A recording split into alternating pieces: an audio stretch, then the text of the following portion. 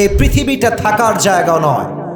আজ হোক কিংবা কাল হোক, সকলকেই ফিরতে হবে এক সত্তার কাছে। আওয়াজ দিয়ে বলেন, তিনি কে? আসলে এই পুরো দুনিয়ার জীবনটাই হচ্ছে একটা মরীচিকার মতো, ধোঁয়াশা, অন্ধকার, কুয়াশার মতো। পুরো জীবনটা হচ্ছে লোভ আর লালসা দিয়ে ভরা।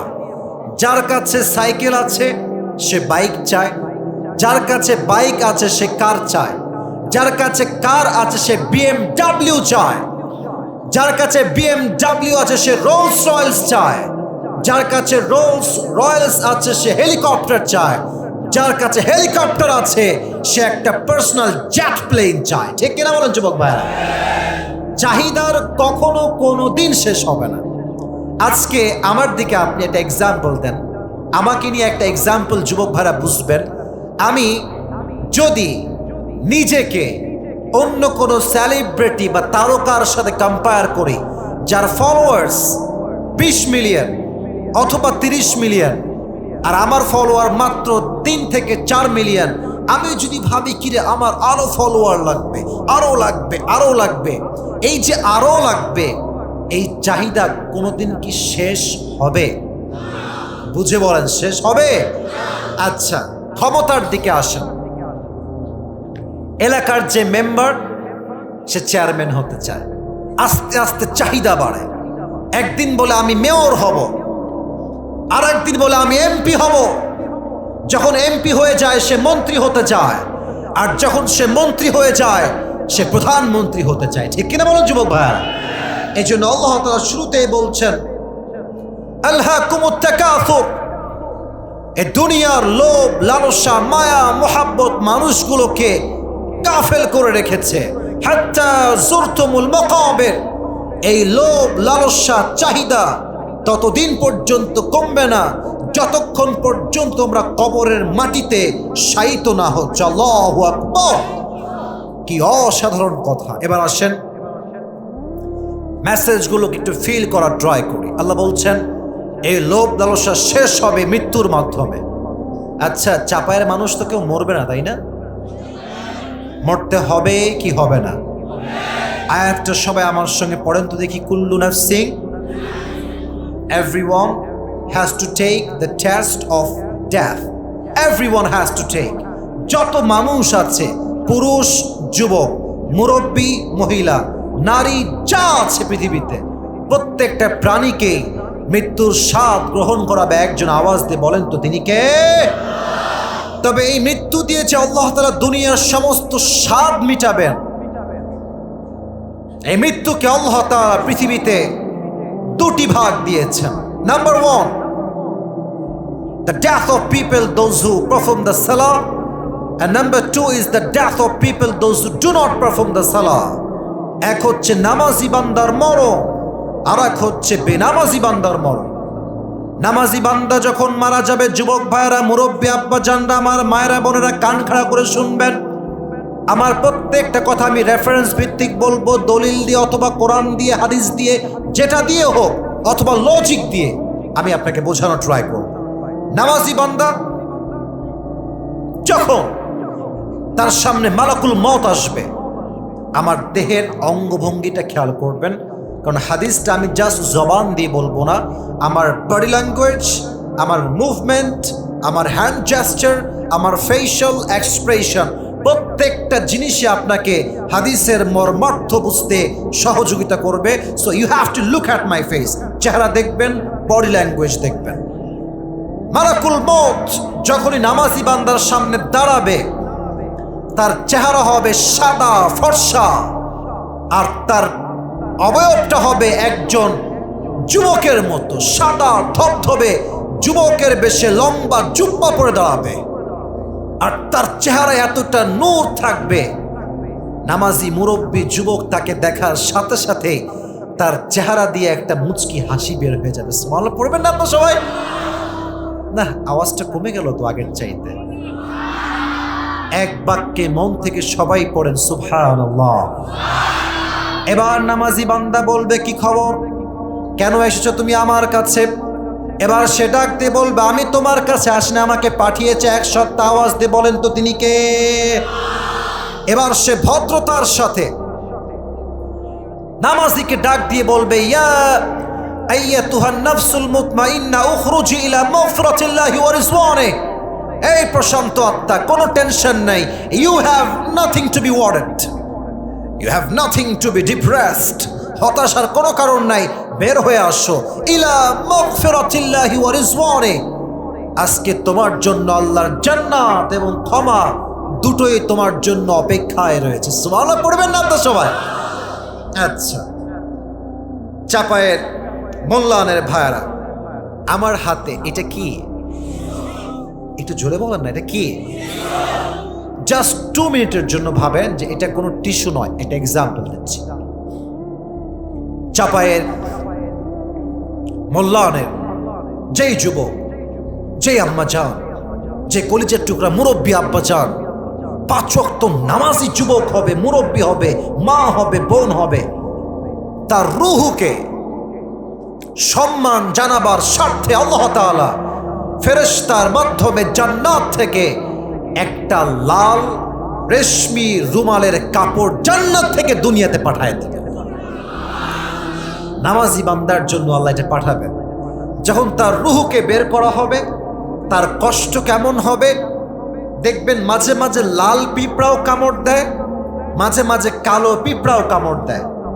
লাল পিঁপড়া কামড়াইলে ও মা গো বাবা গো, খুবই খুবই খুবই কষ্ট হয়, জলে গা গতর। কিন্তু কালো পিঁপড়া কামড়া দেখবেন আহামরি কিন্তু বোঝা যায় না।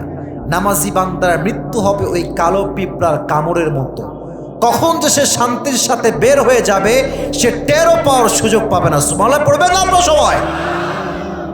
নামাজি বান্দার মৃত্যু হবে এরকম। এবার আসেন নাম্বার 2 চ্যাপ্টারে, বেনামাজি বান্দার মরণ কেমন হবে। বেনামাজি বান্দার সামনে যখন মালাকুল মউত আসবে, তার দেহের রং হবে নীল, তার দেহের পোশাক হবে কালো, তার পা থাকবে আকাশে,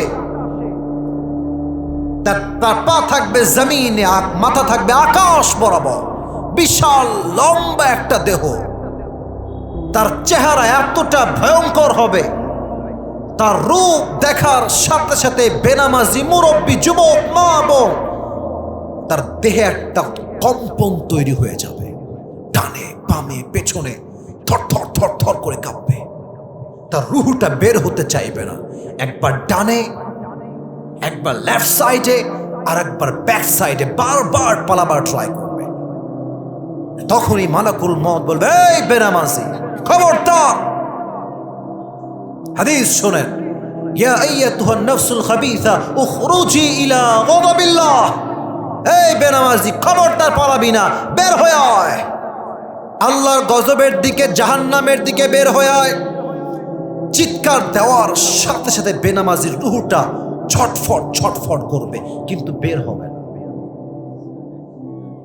যুবকের রুহুটা বের হবে না, মুরব্বীর রুহুটা আটকে যাবে, কষ্টে থর থর থর থর করে কাঁপবে। ইন দ্য মিন টাইম আমার বাম হাত দেখেন, হাদিসে এসেছে মালাকুল মউত তার বাম হাতে এমন একটা থাবা মারবে বেনামাজির রুহের দিকে, যখন রুহুটা টেনে হিচড়ে বের করবে।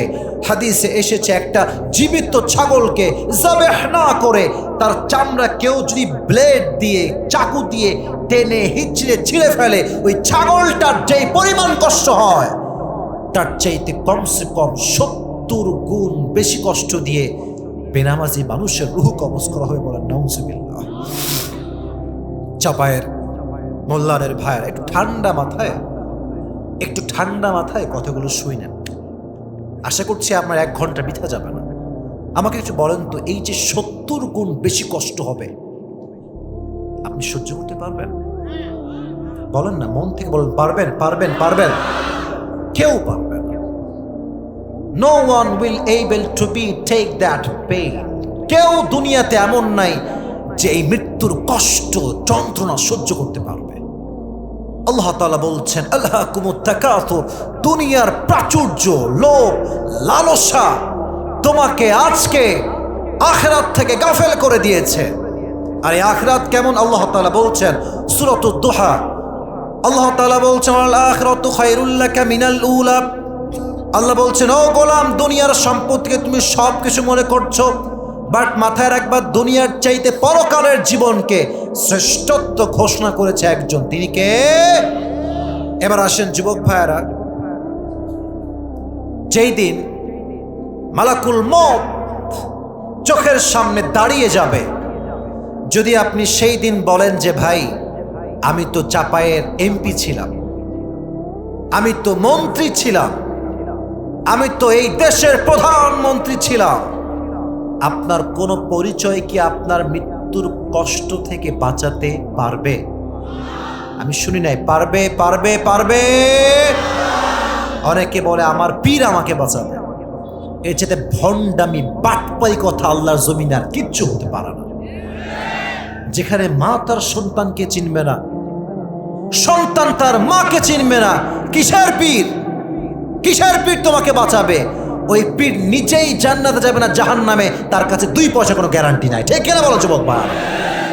এবার আসেন, দুনিয়ার লালসা যখন শেষ হবে ওই দিন কাজে আসবে একটা জিনিস। আল্লাহ তাআলা নিজে কোরআনে বলেছেন, ইন্না আকরামাকুম ইনদাল্লাহি আতকাকুম।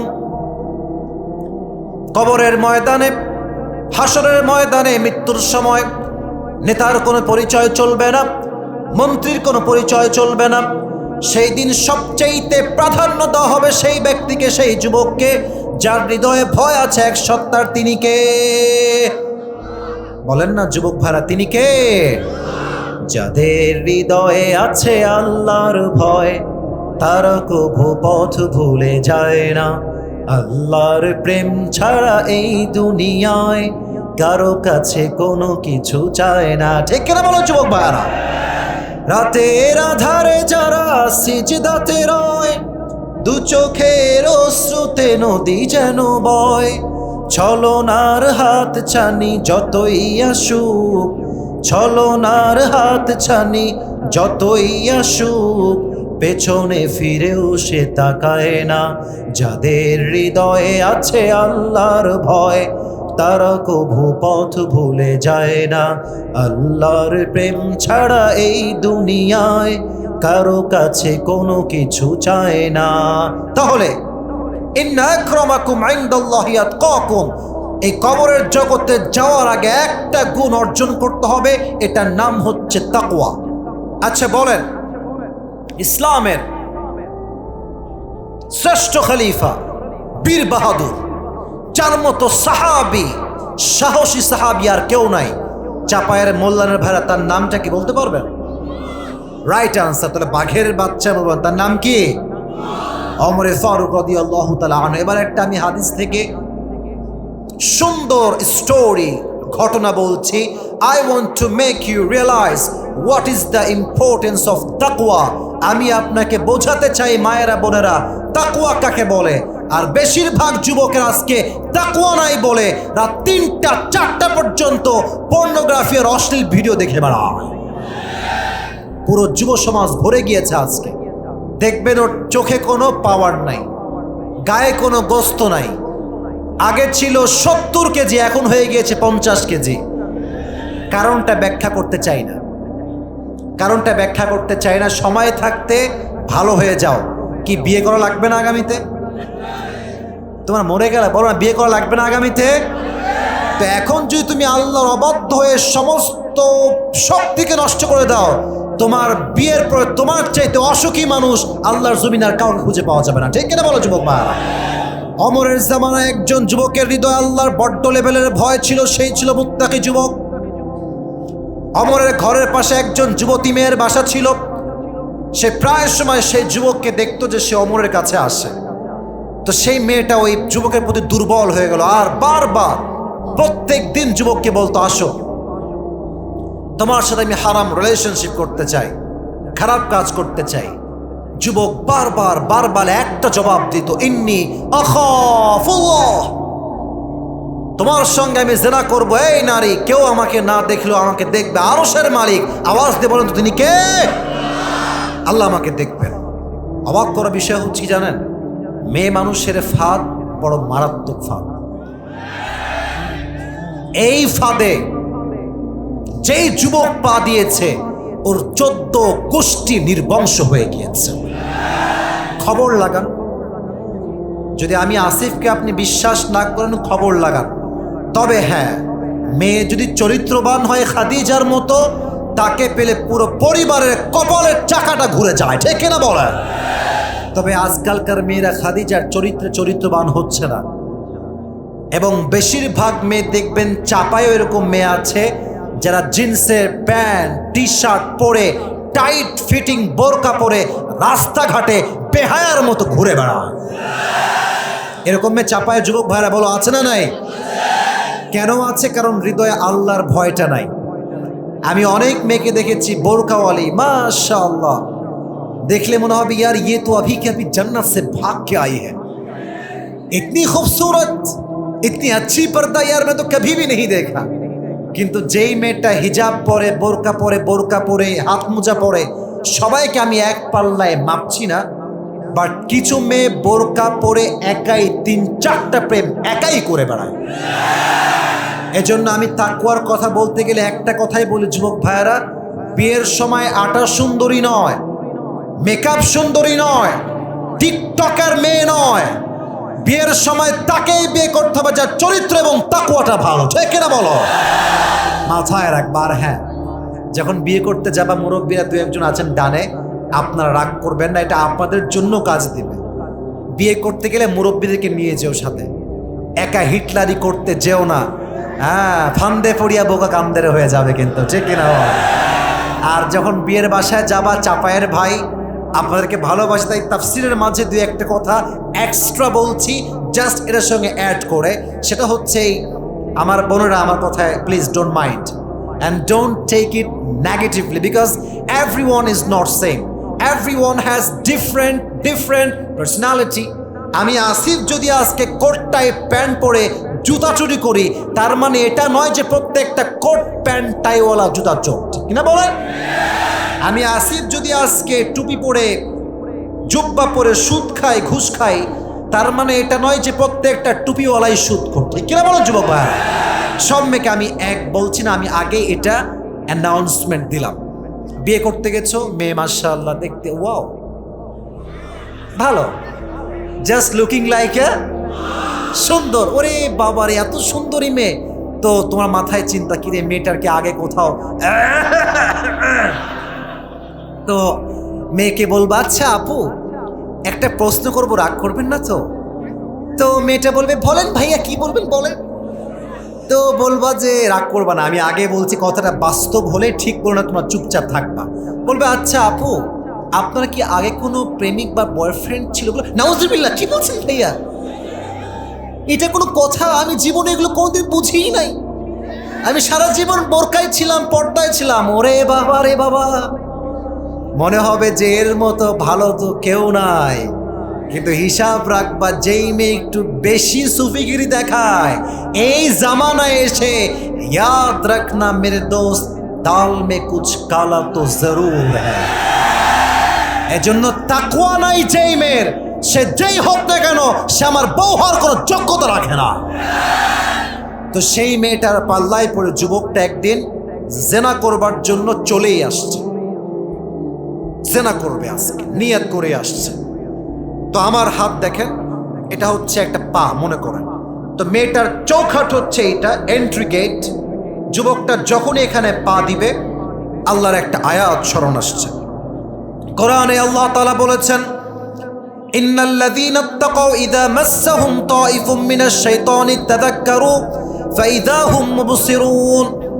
অর্থ হচ্ছে এরকম, যখনই কোন মুত্তাকি বান্দাকে শয়তান কোন অশ্লীল কাজে নিয়ে আসে, বাজে কাজে লিপ্ত করে, তাযাক্কারু ফাইযা হুম মুবসিরুন, সঙ্গে সঙ্গে সেই মুত্তাকি বান্দা স্মরণ করে এক সত্তাকে। তিনি কে? যুবক এমনে পা দিবে ওর গেটে জেনা করবার জন্য, মুরব্বী আব্বা জানরা পা দিয়ে উল্টে পড়ে গেছে পেছনের দিকে অজ্ঞান হয়ে। ওই মেয়েটা এবং তার দাসী আসছে, আরে একে উঠাও উঠাও উঠাও উঠাও। তো দেখছে উঠাচ্ছে, বাট নিঃশ্বাস নাই, অজ্ঞান হয়ে আছে। তারা ভেবেছে মনে হয় যুবকটা মারাই গিয়েছে। তারা খুব গোপনে যুবকের দেহটাকে নিয়ে এক একদম তার বাবার যে গেট, বাবার গেটের পাশে রেখে আসছে। হাদিস থেকে বলছি, যখন তার বাবা বের হয়েছে দেখছে তার ছেলের লাশ পড়ে আছে, মনে হচ্ছে সে মারা গেছে। আব্বাজান খুব দ্রুত পানি নিয়ে এসে তার মুখে পানি মারলেন, চোখ খুলে গিয়েছে। চোখ খুলে সে আব্বাকে সব ঘটনা বলল, আব্বা এই এই এই কাহিনী আমার সঙ্গে ঘটেছে। আর সে আয়াতটা তেলাওয়াত করল। আয়াত তেলাওয়াত করতে করতে শেষ মুহূর্তে সেই যুবকটা কালেমা পড়েই মৃত্যুবরণ করল। সুবহানাল্লাহ নাই চাপায়ের ভাইদের, যুবক ভাইয়েরা, এই যুবকের জানাজা পড়বার জন্য, ইমাম হওয়ার জন্য অমর রাষ্ট্রনায়ক নিজেই ইমাম হয়ে আসলেন, নামাজ পড়ালেন। যখন তার দেহকে, লাশকে কবরে রাখা হবে, কবরস্থ করা হলো, ওমরে ফারুক দেখতে তার আব্বা দুই চোখের পানি ছেড়ে কান্না করছে, চোখের অশ্রু থামেই না। ওমরে ফারুক ডাক দিয়ে বলেন, আব্বা জান খবরদার, ডোন্ট ক্রাই, কাঁদবেন না। আল্লাহর আয়াত শোনেন, সূরাতুর রহমান, ওয়ালিমান খাফা মাকাম রাব্বিহি জান্নাতান, যে আল্লাহর ভয় নিয়ে কবরে যাবে তার জন্য একটা জান্নাত নয়, আল্লাহ দুটি জান্নাত প্রস্তুত করে রেখেছে। সুবহানাল্লাহ পড়বেন না আপনারা সবাই? এই জন্য যুবক ভাইরা, হাত্তা যুরতুমুল মাকাবির, এই কবরে যাওয়ার আগে তাকওয়ার গুণটা অর্জন করতে হবে। আল্লাহ সবাইকে মুত্তাকি বান্দা হওয়ার তৌফিক দান করুন, সকলেই পড়ে আমিন। আচ্ছা এবার বলেন, ইসলামের প্রথম খলিফা কি নাম? এই যে ভয় পায়, চাপের মানুষ তো ভয় পায় না। আবু বকর, নাম বলেন কি নাম? আরো জোরে কি নাম? আবু বকর রাদিয়াল্লাহু তাআলা আনহু, পুরো অর্ধ জাহানের খলিফা। লম্বা লম্বা লম্বা জায়গা, যেটা বাংলাদেশের কমপক্ষে কয়েকশো গুণ বড়। আমাদের দেশের প্রধানমন্ত্রীর নাম কি? চাপায়ের লোক রে, এটা হইল নাম কি বলেন দেখি সবাই মিলে একসাথে। আচ্ছা, উনি কি ইন্ডিয়ার প্রধানমন্ত্রী না বাংলাদেশের প্রধানমন্ত্রী? শোনেন, বাংলাদেশ কত ছোট দেখেন, আমাদের ইন্ডিয়া পাশে, ওখানে একটা জেলা আছে, নাম মেবি ওড়িশা, এরকম নাম। ওই একটা জায়গা বাংলাদেশের চাইতে 22 গুণ বড়। তাহলে বোঝেন যে বাংলাদেশ কতটা ছোট। তো আবু বকর তো পুরো অর্ধ জাহানেরও বেশি জায়গার খলিফা, বড় রাষ্ট্রনায়ক। তার কাছে টাকা পয়সা কি কম হওয়ার কথা না বেশি হওয়ার কথা? কথা কম না বেশি? তো তার বউ আসছে, হাদিসটা মনোযোগ দিয়ে শুনবেন যুবক ভাইয়ার। এসে বলছে, আবু বকর, একটা আবদার আছে, তোমার সন্তানরা আজকে তোমার কাছে সারিদ খেতে চায়, the most expensive food in Arabic world. আরবের সবচেয়ে দামি খাবারের নাম হচ্ছে সারিদ। তুমি কি খাওয়াবা না তোমার সন্তানদেরকে? জবাব শুনবেন, তাকওয়া কাকে বলে। বলছে, তুমি আমার সন্তানদের কাছে মাফ চাও, আমি যে সারিদ কিনে দিব, যেই টাকাটা লাগবে, ওই টাকার 1 পয়সাও আমার কাছে নাই। না, এই সুবহানাল্লাহ খুশি হতে পারলাম না, জোরে সুবহানাল্লাহ পড়তে হবে আপনাদের। বলছে, আপনি কি বললেন? রাষ্ট্রে কোটি কোটি কোটি টাকা আপনার কোষাগারে পড়ে আছে, নিয়ে আসেন কয়েক টাকা আমাদের জন্য। আবু বকর বলছে, তুমি কি বললা এটা? আজকে আমি টাকা মেরে খাবো, কেউ না দেখলেও আমাকে দেখবে একজন, তিনি কে? দেখছেন, সামান্য কয়েক টাকা মেরে খায় নাই। আর আমাদের এই দেশে হাজার, কিসের লাখ টাকা, কি কয় রে, হাজার হাজার কোটি টাকা দেশ থেকে বিদেশের মাটিতে চুরি করে পাচার করে দেওয়া হয়। আর এই দেশের কথা বলবো কি ভাই বলেন? সারা জীবন নর্তগিরি করছে, গান গাইছে, পতিতাগিরি করে খেয়েছে, তারাও নাকি আজকাল সংসদের মেম্বার অব দ্য পার্লামেন্ট হয়ে যায়। যেই দেশের নর্তকী সংসদে যায়, সেই দেশের অধপতন কেউ আটকাতে পারবে না। ঠিক কিনা বলেন যুবক ভাই? তবে এবার আমি খুশি হয়েছি, যারাই ইসলামের বিপক্ষে কথা বলবে, আলেমদেরকে কটাক্ষ করবে, এদের নিকৃষ্ট এমন একটা অবস্থা আল্লাহ করবে সে কখনো কল্পনাও করতে পারবে না। ঠিক কিনা বলো যুবক ভাই? আবু বকর 1 টাকাও মেরে খায় নাই। 3 মাস পরের কথা, আমি হাদিসটা প্রিসাইজলি বলছি শর্ট করে, কারণ আমাকে আরো কিছু বিষয়কে রিপ্রেজেন্ট করতে হবে। আবু বকর বলছে, আমার কাছে নাই, আমি মাফ চাই। 3 মাস পরের কথা, তিনি বাসায় আসছেন। তো দেখছেন তার বউ তার কাছে ছোট্ট একটা প্লেট নিয়ে আসছে, ছোট্ট একটা প্লেট, ওখানে কয়েক টুকরা সারিদ আছে। উনি বলুন, আরে এই সারিদ কই থেকে আসলো? আমি তো টাকা দেই নাই, আমি তো টাকা দিই, আসলো কই থেকে? তো বলছে, রাগ করবেন না, এটা হারাম না। আপনি যে প্রত্যেক মাসে আমাকে স্যালারি দিতেন, মাসিক খরচ, হাত খরচ, প্রত্যেক মাসে কিছু টাকা বাঁচিয়ে বাঁচিয়ে বাঁচিয়ে আজকে আমি আপনার জন্য, সন্তানের জন্য সামান্য কিছু সারিদ ক্রয় করেছি। মনে পড়বেন না আপনারা সবাই? নেন, আপনি খান, কোনো হারাম নাই, কিচ্ছু নাই। উনি এক দুই টুকরা মুখে নিলেন। হাদিসের মেইন পয়েন্ট এখন, মেইন মেসেজ এখন, দুই টুকরা খেয়ে সোজা রাষ্ট্রের সংসদ ভবনে গিয়ে বিশাল লম্বা একটা মিটিং ডাকলেন। রাষ্ট্রের মন্ত্রী, এমপি, মেয়র, পুলিশ, আর্মি, যত সংসদের parliament member of the parliament আছে সবাইকে, যত মেম্বার অফ দ্য পার্লামেন্ট সবাইকে এক জায়গায় হাজির করলেন। এবার তিনি মাইক না, একদম মাইক নিলে যেমন সাউন্ড হয় ঘোষণা দিয়ে কথা বললেন, শোনো সাহাবা একরাম যারা আছেন, আপনারা, আমার একটা ঘোষণা দিচ্ছে আমি, আপনারা আমাকে যেই বেতন প্রত্যেক মাসে দেন, এই মাস থেকে বেতনটা কমাই দিবেন। তো বলছে, বেতন কমাবো কেন? তিনি বলতেছেন, এটা প্রমাণ হয়ে গিয়েছে যে বেতন আপনারা দেন এর চাইতে কম বেতনেও আমার সংসার চলবে। কেন? আমার বউ 3 মাসের টাকা বাঁচিয়ে সারিদ কিনতে পারলো কেমন করে? তার মানে 2 পয়সা হলেও আমার বেতনটা বেশি হচ্ছে, ওই বেতনটা আমি আজ থেকে নেওয়া বন্ধ করে দিলাম। হিসাব দেখেছেন? হিসাবটা বুঝতেছেন? সারিদ কেন কিনতে পারলো সে? টাকা কেন বাঁচলো আমার? ওই 2 দিরহাম কেন বাঁচবে আমার? আমি যা নিব তাই পারফেক্ট হবে, আর 2 পয়সা বেশি হবে, আর আল্লাহ আমাকে কাঠ করে দাঁড় করাবে হিসাবের দিনে। আমি আবু বকর আল্লাহর ভয়ঙ্কর বিচারে আমি দাঁড়াতে চাই না। সুবহানাল্লাহ পড়বেন না আপনারা সবাই? হাত্তা যুরতুমুল মাকাবির, আয়াত বোঝাকে বুঝবেন, ইন্না আকরামাকুম ইনদাল্লাহি আতকাকুম। এই কবরে যাওয়ার সময় দুনিয়ার সম্পত্তি, লোভ, লালসা, প্রাচুর্য কাজে আসবে না, কাজে আসবে একজনের ভয়। আওয়াজ দিয়ে বলেন, সেই সত্তাটা কে? আল্লাহ তাআলার ভয়টা কাজে আসবে। তবে হ্যাঁ, এই কবরে যাওয়ার পরে প্রত্যেকটা মানুষকে, আচ্ছা আমার তাফসীর শুনতে কি কেউ বিরক্ত হয়ে গেছেন? রাত তো বেজে গিয়েছে 12টা, আমি কি আরো কিছু ওয়াজ করতে পারবো? আমার সময় দেওয়া আছে 1 ঘন্টা, অলরেডি 1 ঘন্টা হয়ে গিয়েছে। তবে হ্যাঁ, আজকের ওয়াজের কোনো টাইম লিমিটেশন হবে না। যতক্ষণ ওয়াজ করতে মনে চায় ততক্ষণ কোনো টাইম না রেখে আমরা আজকে ওয়াজ করে যাবো, ঠিক না বল? কারণ আজকে চাপায় আসছি, টাইম হিসাব করলে চলে না, কারণ ক্যালোরি তো খাওয়া লাগবে, ঠিক না বলো? আমাকে ওয়াজটা মন থেকে করতে দেন আজকে। আর আমি বিশ্বাস করি যে ওয়াজটা আমি এখন করছি, শেষে গিয়ে যে কথাগুলো বলবো, আপনাদের যে রেসপন্স আমি দেখতে পাচ্ছি, পুরো দেশের মাটিতে আজকে এই প্রোগ্রামটা একটা ঐতিহাসিক প্রোগ্রাম হয়ে থেকে যাবে। তবে একজন যুবককে লাগবে, সিঙ্গেল, বউ তো কেউ নাই। ও দাঁড়িয়ে এমন একটা তাকবীর দিবা, পুরো মানুষগুলো আবার নতুন করে উজ্জীবিত হয়ে যাবে। কে আছে? দাঁড়াও।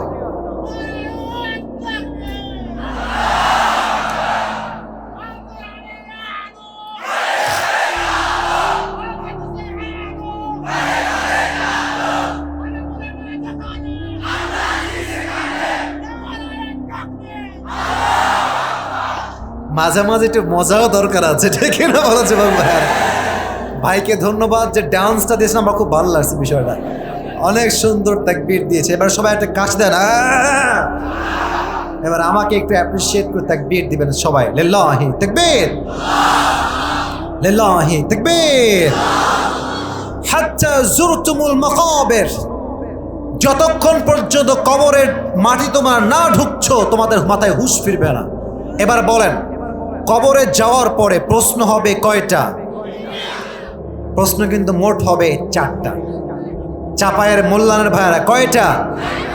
1, মা রব্বুকা, রবকে? আল্লাহর নামটা জোরে বলবেন না, রবকে? আল্লাহ আমার রব, দমে দমে তনু মনে তারি অনুভব, ঠিক কিনা বলো যুবক ভাই? তোমার দুনিয়াতে আমি যেদিকে তাকাই অথই নিয়ামাতে ডুবে আছি সবাই। পাখ পাখালির কণ্ঠে শুনি তাসবিহ কলরব, তাসবিহ কলরব। পড়েন চাপায়ের ভাইরা, আল্লাহ আমার রব। দমে দমে তনু মনে তারি অনুভব রবকে। প্রথম প্রশ্ন শেষ। দ্বিতীয় প্রশ্ন, আতারিফু হাযা রাজুল, do you know who is he, do you know who is this person? তুমি কি জানো এই ব্যক্তিটার নাম কি? যাদের মুখে দাড়ি আছে, যারা নবীর সুন্নাহকে মেনেছে, তারা বলবে এটা তো আমার প্রিয় নবী মুহাম্মদুর রাসূলুল্লাহ সাল্লাল্লাহু আলাইহি ওয়াসাল্লাম। চাপায়ের ভাড়া আমার এই চেহারার দিকে তাকান সবাই, মুরব্বীরাও তাকান। এটা আমার মুখে কি? এটা আমার মুখে কি? দাড়ি। একটু সমস্যা হচ্ছে, আমি জানি মাইক্রোফোন বেশি তো, রাগ করবেন না। আমার মুখে এটা দাড়ি। আর একবার দেখাই চেহারাটা আমাদের সবাইকে। আমার মুখে দাড়ি রেখে আমাকে অসুন্দর লাগতেছে না? আমি শুনতে পাইনি, লাগতেছে? আনস্মার্ট লাগতেছে? আমার বিশ্বাস দাড়ি যে রাখে সে সিংহের জাতের পুরুষ, সে বীর পুরুষের সন্তান। আমার নবীর মুখে দাড়ি ছিল কি ছিল না? আমার নবী দেখতে অসুন্দর ছিলেন? এত আস্তে কেন অসুন্দর ছিলেন? যাদের চেয়ে সুন্দর তুমি নবী আমার কামলিহি ওয়ালা। সুবহানাল্লাহ সবাই। দো জাহানের বাদশাহ তুমি প্যারা নবী সাল্লাল্লাহু আলা, দো জাহানের বাদশাহ তুমি প্যারা নবী সাল্লাল্লাহু আলা। চাঁদের চেয়ে সুন্দর তুমি নবী আমার কামলিহি ওয়ালা। সুবহানাল্লাহ পড়বেন না আপনারা সবাই? এখন কমরের দ্বিতীয় নাম্বার প্রশ্ন হবে তোমার নবীকে। এই জবাবটা সবাই দিতে পারবে না। এই জবাব দিবে সে নবীর আশিক ছিল যে। এখন নবীর আশিক কেমন করে হব? দাড়ি রাখলে বউরা পছন্দ করতে চায় না। তুমি কি বুড়া হয়ে গেছে নাকি গো? তোমার কি বুড়া হওয়া শখ হয়েছে নাকি গো? আছে না যে ভাই? বলো বলো বলো। তবে সব মেয়ে না। তোমাকে আমি একটা কথা বলি যুবক ভাইরা, if any girl reject your marriage proposal just for your bed, যদি কোনো মেয়ে তোমাকে দাড়ির জন্য তোমার বিয়ের প্রস্তাবকে প্রত্যাখ্যান করে, কত হবে বাঘের বাচ্চার মতো। যেই মেয়ে আমার দাড়ি দেখে আমাকে পছন্দ করে না, ও তোমার বউ হওয়ার কোনো যোগ্যতা রাখে না। আর যেই মেয়ে বলবে যে দাড়ি আমার পছন্দ না, আপনাকে বিয়ে করবো না, এইদিকে তাকাও, তাকে একটু সম্মান দিবা। ও আচ্ছা তাই না, তো ঠিক আছে আপু, যেহেতু আপনার দাড়ি পছন্দ না, তাহলে আপনার জন্য একটা অপশন আমার কাছে আছে। আপনাকে আমি কোরিয়ান বিটিএস হিজড়ার সাথে বিয়ে দিতে ইচ্ছুক আছি, যদি আপনি একমত হন। কারণ আমার একটা বিশ্বাস যে মুসলিম ঘরের মেয়ে, সে যদি দাড়িকে পছন্দ করতে না পারে, তার এখানে নয়, তার চরিত্রে ভেজাল আছে। দাড়ি হচ্ছে আমার নবীজির সুন্নাহ। যেই মেয়ে আমাকে দাড়ি দেখেই পছন্দ করবে, তাকে আমি চোখ বুঝে আল্লাহর জন্য বিয়ে করবো। ঠিক কিনা বলো যুবক ভাই? নবীর সুন্নাহর দাড়িটা রেখে দাও, কবরের দ্বিতীয় প্রশ্নের জবাবটা সহজ হয়ে যাবে। রাজি আছেন তো ইনশাআল্লাহ? আল্লাহ চাপায়ের মোল্লানের প্রত্যেকটা যুবককে, মুরব্বীকে, পেছনে কয়েকজন আছে, সবাইকে আল্লাহ তাআলা দাড়িওয়ালা হিসেবে কবুল করুক। সকলেই মন খুলে পড়ে আমিন। 3 নম্বর প্রশ্ন হচ্ছে ওয়ামা দীনুক, what is the name of your religion? তোমার ধর্মের নাম কি? বলেন তো আমাদের ধর্মের নাম কি? ইসলামকে রিলিজিয়ন হিসেবে পেয়ে আমরা খুশি না বেজার? মন খুলে সকলে পড়েন আলহামদুলিল্লাহ। 3টা প্রশ্ন যখন শেষ, এবার লাস্ট কোয়েশ্চেন, 4th কোয়েশ্চেন, চতুর্থতম প্রশ্ন। ফেরেশতা বলবে কি রে, এতগুলো জবাব দিয়ে দিল, একটাও আটকালো না। বলবে কি ব্যাপার? ওয়ামা ইলমুক, ওয়ামা ইলমুক, তুমি তো সব উত্তর দিলা ভাই। What is the source of your knowledge? তোমার জ্ঞানের উৎস কোথায়, জানলা কেমনে? আমরা বলবো আমাদের জ্ঞানের উৎস নাম হচ্ছে কোরআন থেকে আমরা জেনেছি। কোরআনে কোনো সন্দেহ, এক বাক্যে সন্দেহ, ভুল, কোনো ত্রুটি, কোনো প্রকার সন্দেহের লেশ মাত্র আছে? এবার কবরে আপনার জন্য এলান হবে, নাম নাম নাম কানাউমিল আরুফ। এই বান্দা, আজকে একজন নববধূ যেমন তার স্বামীর সাথে বাসর রাতে আরামের ঘুম দেয়, তোমার কবরে তুমি কিয়ামত পর্যন্ত একটা আরামের ঘুম দিয়ে দাও। সুবহানাল্লাহ, জোরে সোরে পড়তে পারলেন না তো সবাই? শুধু এতটুকু নয়, আপনার কবরটাকে আল্লাহ তাআলা 70 গজ লম্বা করে দিবে। সুবহানাল্লাহ পড়ে সবাই আপনারা, আপনার জন্য জান্নাতের ফয়সালা হয়ে যাবে। আর এই কবরে যাওয়ার পরে the day of judgment, the day of resurrection, the day of qiyamah, the day of al-qari'ah, mal-qari'ah, wa ma adraka mal-qari'ah, হিসাবের দিবস আসবে। এটাই আমার লাস্ট চ্যাপ্টার, এটা শেষ, আমার ওয়াজ শেষ হবে। আর আমরা সবাই জানি শেষ ভালো যার। উত্তর দেন, ওই হিসাবের দিবসে প্রত্যেকটা মানুষকে সর্বপ্রথম একটা বিষয় হিসাব দেওয়া লাগবে। বিষয়টার নাম কি, কে বলতে পারে? রাইট আনসার কে বলেছো? হাত তুলে দেখি কে বলেছো। মাশাআল্লাহ, বলেন সবাই। প্রথম হিসাব কি দিয়ে নেওয়া হবে? বলেন সবাই, নামাজ। আরো জোরে মন থেকে বলেন, নামাজ। আউয়ালু মা ইউহাসাবু বিহিল আবদু ইয়াউমাল কিয়ামাতি আস-সালাহ। কিয়ামতের কঠিন দিবসে আল্লাহ সবাইকে প্রথম প্রশ্ন করবেন নামাজ নিয়ে। আরেকটা আয়াত বলছে সূরাতুল মুদ্দাথির 29 নাম্বার পারা, ইয়াতাসাআলুনা আনিল মুজরিমিনা মা সালাকাকুম ফি সাকার ক্বালু লাম নাকু মিনাল মুসাল্লিন। On the day of judgment, the people of hellfire, they will be asked about what is the sin that brought you in the hellfire. আরে ভাই, তুমি জাহান্নামে আসলা কেন? সে বলবে, আমার দাড়ি ছিল, টুপি ছিল, মুসলমান ছিলাম, বাট নামাজি আমি ছিলাম না, আর নামাজ না পড়ার কারণে আল্লাহ তাআলা আমাকে জাহান্নামে নিক্ষেপ করেছে। নাউজুবিল্লাহ বলবে না যুবক ভাইরা আপনারা সবাই? ওমর ফারুক রাদিয়াল্লাহু তাআলা আনহু নামাজকে কত ভালোবাসতেন, এই হাদিসটা বুঝবেন। একদিন ওমরের কাছে একজন, পেছনে দুই একজন, কই যায়? পেছনে বসেন। 12টা বেজে পারদায় উঠতেছেন নাকি? আমি কি ওয়াজ করতে পারবো না, নাকি আমাকে শেষ করতে হবে যুবক ভাইয়ারা? করা যাবে তো ইনশাআল্লাহ। এই মানুষও দেখেন প্রায় 1 থেকে আরো বেশি 1.5 ঘন্টা দাঁড়াই আছে। এটাই হচ্ছে চাপায়ের মানুষের কোরআনের প্রতি ভালোবাসা। এই ভালোবাসার টাকা দিয়ে, বিরিয়ানি দিয়ে খুঁজে পাওয়া যাবে না, ঠিক কিনা বলো যুবক ভাই? ডাক দিয়ে বলছে, ওমর, আমার যেই মালিক আছে প্রত্যেক দিন সে আমার কাছে 6 দিরহাম চার্জ করে। আমি তো গরিব মানুষ, 6 দিরহাম আমি দিতে পারবো না, তুমি আমার এই চার্জটাকে কমিয়ে দাও, 2 দিরহামে নিয়ে আসো। ওমর ফারুক বলছে, কি ব্যাপার? তোমার চাকরি কি?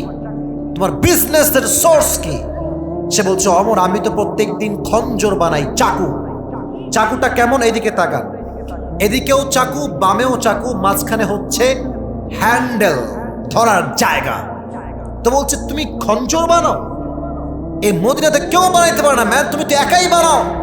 তুমি তো অনেক বড় richest man, the biggest business magnate in Medina, তুমি তো অনেক ধনী মানুষ।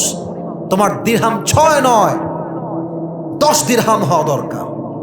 ও বলছে, ও আচ্ছা, যেহেতু আমি মুসলমান না, তাই সবার বেলায় নরম, আর তুমি আমার বেলায় হয়েছ গরম। দাঁড়াও, খেলা হবে, দেখাবো আমার রাগ কত বেশি। এই কথা বলে মসজিদ নববী থেকে সে বের হয়ে আসছে।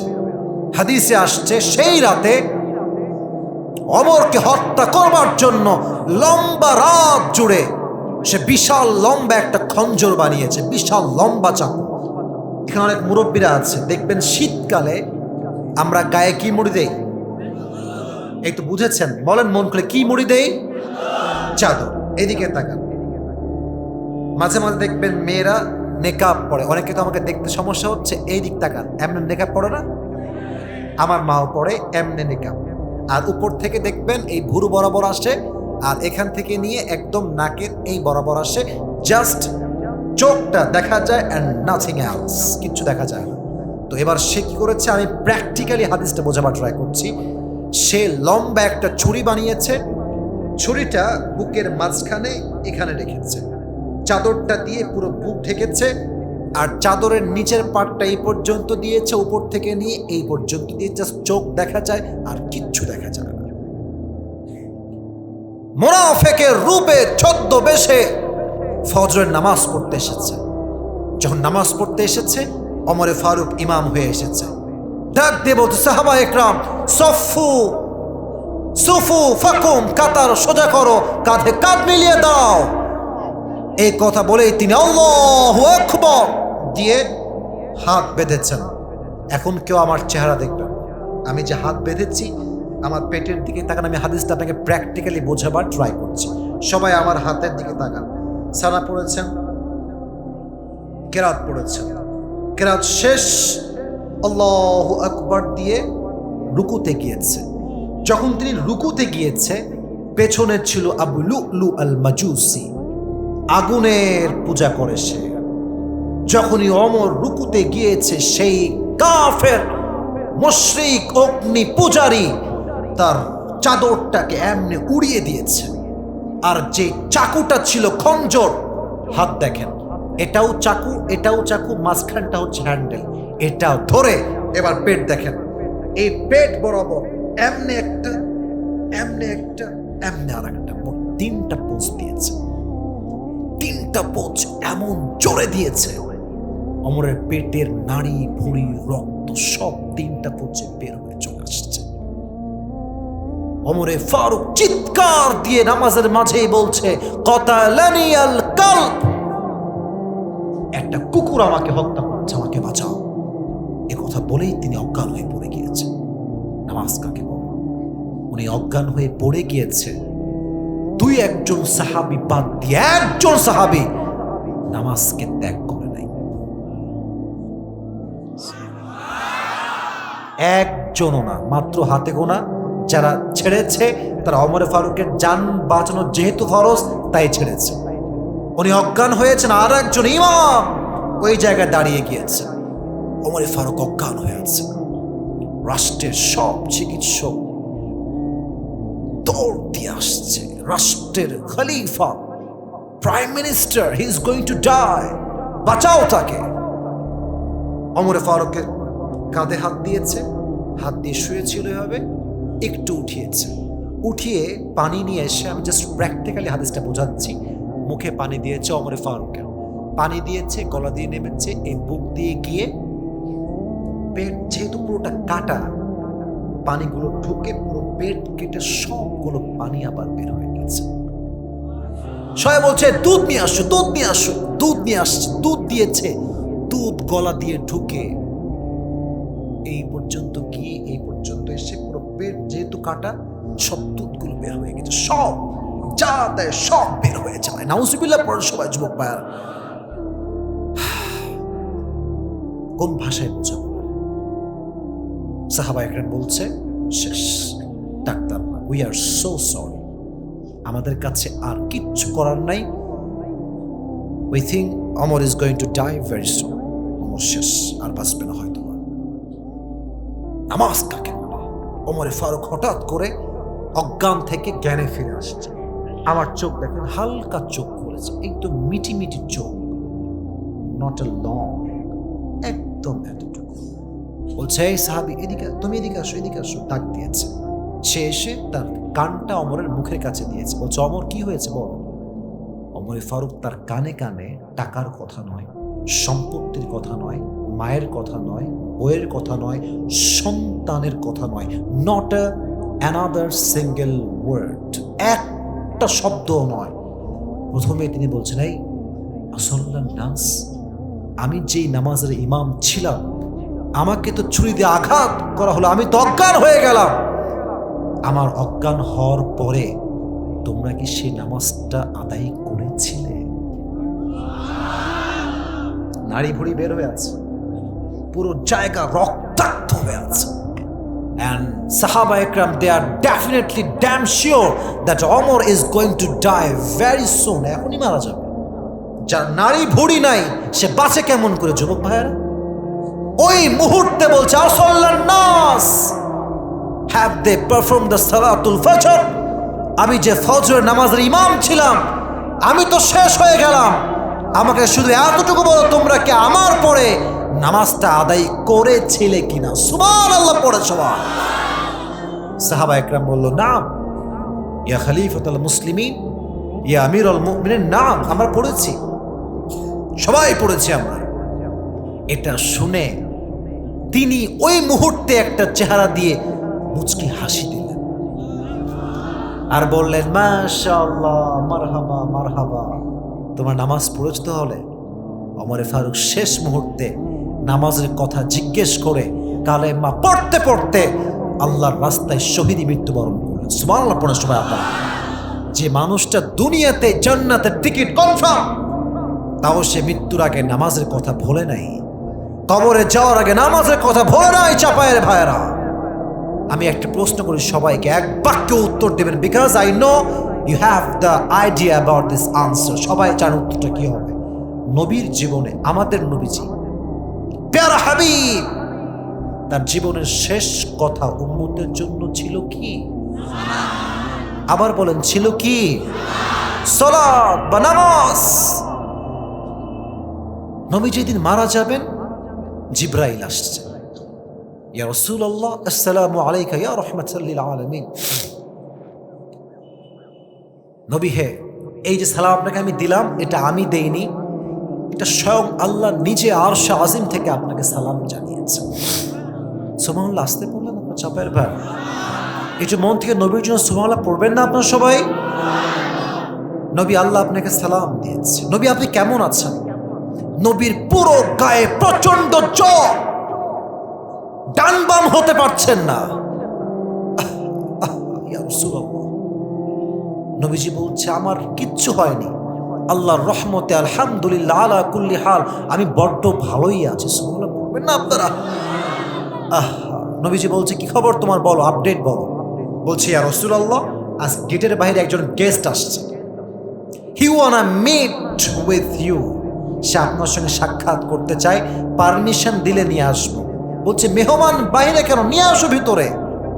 মেহমান যিনি এসেছেন তার নাম হচ্ছে মালাকুল মউত আজরাইল আলাইহিস সালাতু ওয়াস সালাম। আল্লাহু আকবার। এসেছে, বলছে, ইয়া রাসূলুল্লাহ আসসালামু আলাইকুম। সেও এসে সালাম, আর নবীকে ডাক দিয়ে বলছে, ইয়া রাসূলুল্লাহ, জীবনের প্রত্যেকটা নবীর রূহ আমি কবজ করেছি, but you are the first person, আপনি প্রথম মানুষ যার শিউরে দাঁড়িয়ে আমি প্রথমে সালাম পেশ করেছি। আমি জীবনে কাউকে আপনার মতো সালাম পেশ করিনি। সুবহানাল্লাহ পড়ে সবাই। নবীজি বলছে, আচ্ছা, ওয়ালাইকুম আসসালাম, কেন এসেছো আমার কাছে বলো। নবী, কাজ তো একটাই, রূহ কবজ করি। This is my job, this is my duty, এটাই আমার কাজ। তবে হ্যাঁ, আল্লাহ আমাকে বলেছেন, এই জিবরাইল, খবরদার, এটা সাধারণ কোনো মানুষ নয়, এটা আমার প্যারা হাবিব। যখন যাবি তাকে জিজ্ঞেস করবি, নবী, আপনি কি আল্লাহর কাছে যেতে চান নাকি চান না? যদি নবী বলে আমি যেতে চাই, নিয়ে আসবি। যদি বলে আমি আসতে চাই না, আমার প্যারা হাবিবকে দুনিয়াতে দেখে তুই আবার ফেরত চলে আসবি। আপনারা সবাই পাকিস্তানের একজন বড় স্কলার মাওলানা তারিক জামিল নাম শুনেছেন যুবক ভাইরা? আপনারা দেখবেন যে সাদা পাগড়ি পরে, উনি এই হাদিসটা বলতে গিয়ে ছোট্ট একটা উর্দু বাক্য বলেছেন। I would like to mention that in Urdu. আমি উল্লেখ করছি ওই কোডটাকে, জাস্ট উল্লেখ করে আমি ওটাকে বাংলা তর্জমা করব। উনি বললেন একটা কথা, উর্দুতে বললেন যে, जिस इंसान के पास मौत भी इजाजत मांगती है कि मैं आपके पास आऊं या ना आऊं, मैं उस रसूल से, उस इंसान से मोहब्बत ना करूं तो मैं किससे मोहब्बत करूं। এর অর্থ হচ্ছে, যেই নবীর কাছে মৃত্যুটা পর্যন্ত পারমিশন চাই, নবী আমি আসবো নাকি আসবো না, আমি সেই নবীকে ভালো না বাসলে মেসি এবং নেইমারকে কোন বিবেকে আমি মুসলমান ঘরের সন্তান হয়ে ভালোবাসবো? আমার নবী তো আমার আদর্শের জায়গা। নবীজি বললেন, জিব্রাইল, কি বলো তুমি, আমি কি যাবো নাকি যাবো না? জিব্রাইলের মাথা নিচের দিকে, বিনয়ের সাথে বলছে, ইয়া রাসূলুল্লাহ, মায়েরা কান খাড়া করবেন, একটা মেসেজ আছে আপনাদের জন্য। বলছে, ইয়া রাসূলুল্লাহ, আমি এতটুকুই বলবো, আল্লাহ আরশে আজিমে আপনার দিদার পাওয়ার জন্য, সাক্ষাতের জন্য আল্লাহ নিজে অপেক্ষায় বসে আছে। সুবহানাল্লাহ পড়েন আপনারা। বলছে, আচ্ছা ঠিক আছে, আমি যাবো। এবার নবীজি চিৎকার দিয়ে বলছে, আইনা আয়েশা, আমার বউ আয়েশা কোথায়, এদিকে আসো, তাল, জলদি জলদি আসো। ইয়া রাসূলুল্লাহ, কি হয়েছে, আপনারা চিৎকার করছেন, ডাকছেন কেন? বল, তোমাকে যে আমি কয়েক টুকরা স্বর্ণ দিয়েছিলাম, গোল্ড, এই স্বর্ণগুলো কোথায়? বলছে, আছে ইয়া রাসূলুল্লাহ। বলছে, এখনই সব স্বর্ণ তুমি আল্লাহর রাস্তায় এই মুহূর্তে সব স্বর্ণ দান করে দাও। নবীজি থাক, কাজে দিবে, ফাতেমার কাজে দিবে, আলীর কাজে দিবে, আমার কাজে দিবে, থাক না স্বর্ণগুলো। এখানে যারা আছেন সামনে পেছনে ডানে বামে, পেছনে আমার মায়েরা, আমি সহ maximum people, we belong middle class family. ঠিক আছে, আমরা যারাই এখানে এসেছি আমরা বেশিরভাগই মধ্যবিত্ত পরিবারের সন্তান। এখানে মধ্যবিত্ত পরিবারের সন্তানরা এসেছে। ঢাকার গুলশানে মাহফিল হয় না, ঢাকার ধানমন্ডিতে মাহফিল হয় না, ঢাকার উত্তরায় মাহফিল হয় না, মাহফিল তো চাপার যুবকরা অনুষ্ঠিত করে। ঠিক না বলেন যুবক ভাই? আমরা মধ্যবিত্ত পরিবারের সন্তান, তাই আমরা তাফসীরকে ভালোবাসি। নবীজি বলেন, সব দান করবা এই জন্য, আল্লাহর কাছে যখন আমি দাঁড়াবো আল্লাহকে বলবো, আল্লাহ আমার হাত দেখো, আমি গেছিলাম খালি হাতে মধ্যবিত্ত পরিবারের সন্তান হয়ে, আজকে আমি তোমার কাছে ফিরেও এসেছি সেই খালি হাত নিয়ে। দুনিয়াতে জাস্ট আমি তোমার ভালোবাসা আদর্শ কায়েম করে আসছি, আমার কাছে কোনো কিছুই আর ছিল না, সব দান হয়ে গেল। এবার মালাকুল মউত আসছেন রূহটা কবজ করবার জন্য।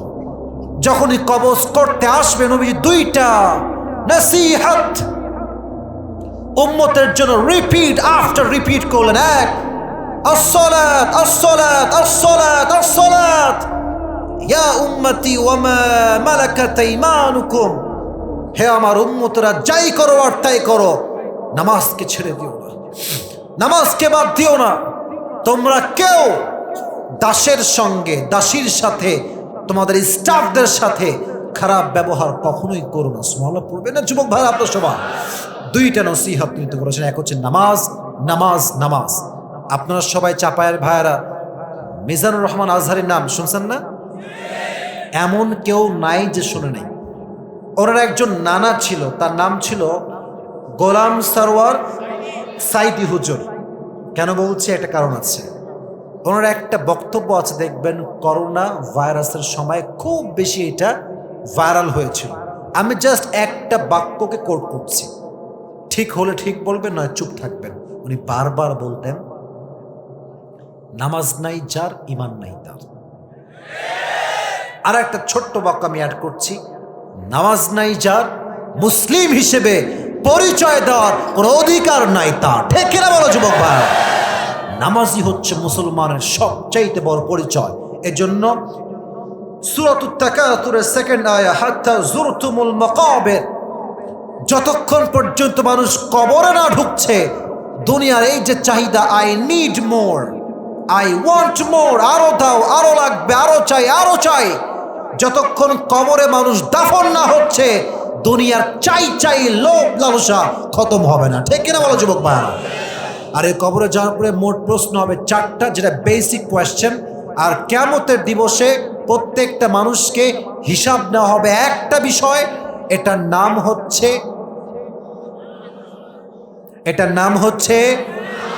আরো যে এটার নাম হচ্ছে, আল্লাহ আমাদের সবাইকে 5 ওয়াক্ত নামাজি হওয়ার তৌফিক দান করুন। সকলে পড়া আমিন।